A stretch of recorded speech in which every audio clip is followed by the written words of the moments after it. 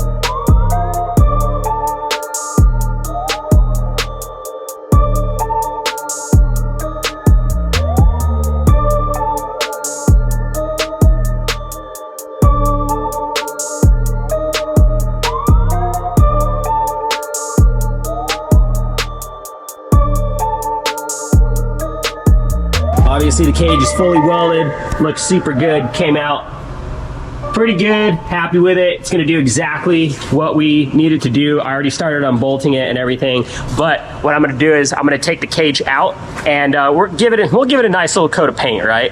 And because I don't wanna leave it raw, because then it's just gonna rust. All right, now that the cage is done and it's drying outside, let's do a little bit of a cost recap right now. Obviously, we got this car for $2,500. I have some money in material in the cage and in the paint, so to go into our material cost for that cage, it was $62.89 for the tubing with some of the plate work that I already had, or the plating. And then the spray paint was $8.49, which comes out to $71.38. So now our $2,500 car has turned into $2,571.38. So that's where we're at budget-wise. Robby has been working on the seats that you see here. We have this seat base that Robby's been cleaning up for me that is going to weld onto here like so, and it will be completely bolt on onto the car and even has some side adjustment. But you're probably wondering like, hey, where did you get those seats? This seat is a very aggressive seat for this car. That's obviously a Halo Bucket Momo race seat that we stole from this car. As you can see, we took it out of the driver's side. That seat that was in this car has seen a lot of seasons. It's used and abused, and it's also out of date. So I can't really use it for this car next year. I do have a brand new driver's seat for this car that's up in that box, up in top. So we're gonna replace it. And I figured I already have the seat. Let's throw it in our budget car. Also had Robby pull out the passenger seat belts out of this car. So we'll use these belts for the driver's side. I don't have belts for the passenger side just yet, but we do have a passenger seat right here that I also had as well. So the cool thing is we already have these seats. I don't need to spend money on seats and even like the harnesses. So using what I got just to keep our budget down. But like I said, Robby's already been working on our seat brackets that we got to basically just got to weld up and assemble in the car. So that's what we're going to do next. So we're $2,571-ish into the cage, and now we're zero money into seats and seat brackets, because obviously the seat brackets, that design I've already had, and the material I already had, and the seats we've already had. And while I'm looking at it, we got the hydro that we still got to put in the car, and it would be really good to actually put the hydro in the car while we're still kind of like adjusting the seats, just for the simple reason, in my experience, when you're putting a hydro in the car, sometimes it can be too far to the left and it can hit, you know, kind of like the seat or hit your leg, whatever the case may be. When you're putting seats in a car, it's really nice to kind of like mess around with the hydro, get it all where you want it. So we're going to do that. We're going to put the hydro and the seats in at the same time.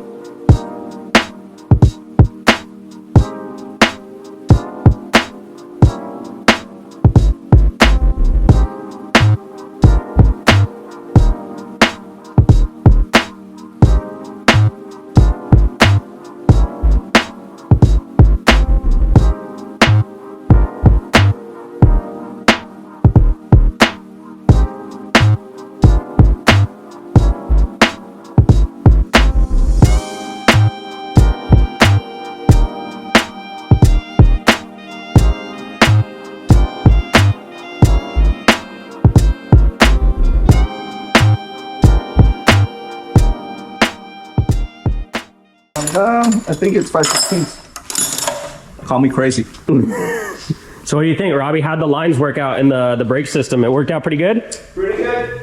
Dude, this looks rad.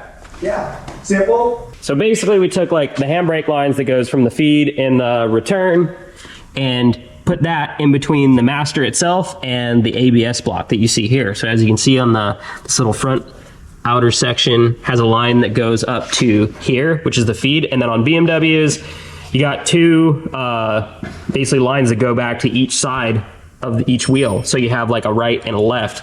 Hence why I decided to go into the ABS block. Later down the road, we'll delete this ABS block, but right now, I think this will work. Got the passenger and driver seat in the car. Also got our handbrake all in there, and Robby got it all plumbed. Super nice, like, as you can see, get that all nice tucked away.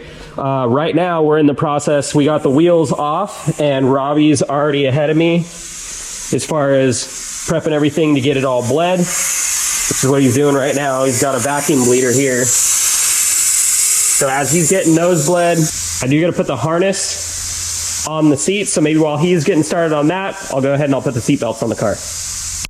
All right, she's almost ready to go. We got the seats, seat belts, roll cage, and the new steering wheel in the car. Right now, Robby and I, well, we got done bleeding the rear brakes for the hydro, and currently Robby doing his electrical magic in the fuse section to make our handbrake work. And we are literally this close to testing it.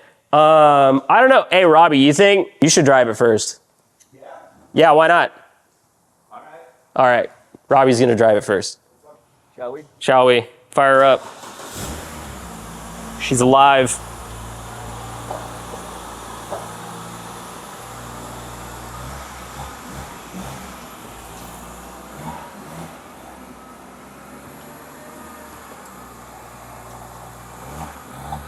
All right, should now. Try it.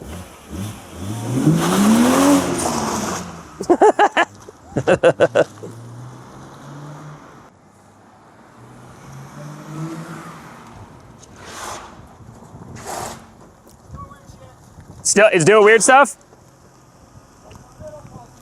It's like the ABS still wants to kick it on? I think the ABS thinks it's gonna work, but yeah, it's a little bit weird. Yeah, so we still basically gotta disconnect the fuse. Yeah. Okay. You wanna try disconnecting it now in the shop? Sure. All right. Buying the car to gutting it to doing what we've done now, 2 days. Yeah, 2 days of work.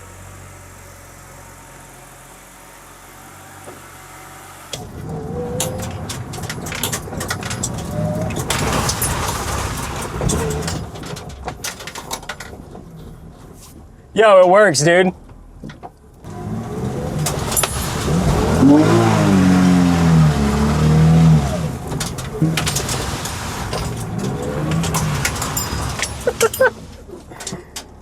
Definitely needs a welded diff. Yeah, it was one wheel. Yeah, it's a one wheel peel. Tire fire. One tire fire, baby. I can't wait to weld the diff in this thing so much, and then put the angle kit on it. This car is gonna be insanely fun. All right, so our budget E92 is one step closer to being a drift car. Me and Robby spent the entire day getting this interior where it's at, and I couldn't be any more stoked at how good it came out. A cage, it has seats, seat belts, quick release steering wheel, and of course, fun handle.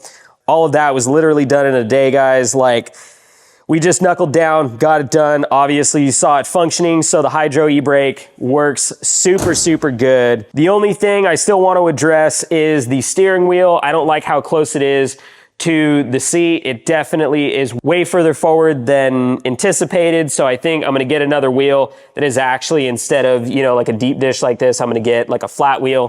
For right now, it definitely is drivable the way it is. It's just not kind of like comfortable, but this interior came out super, super good. See from this angle, check out the cage, check out the rest of the seats.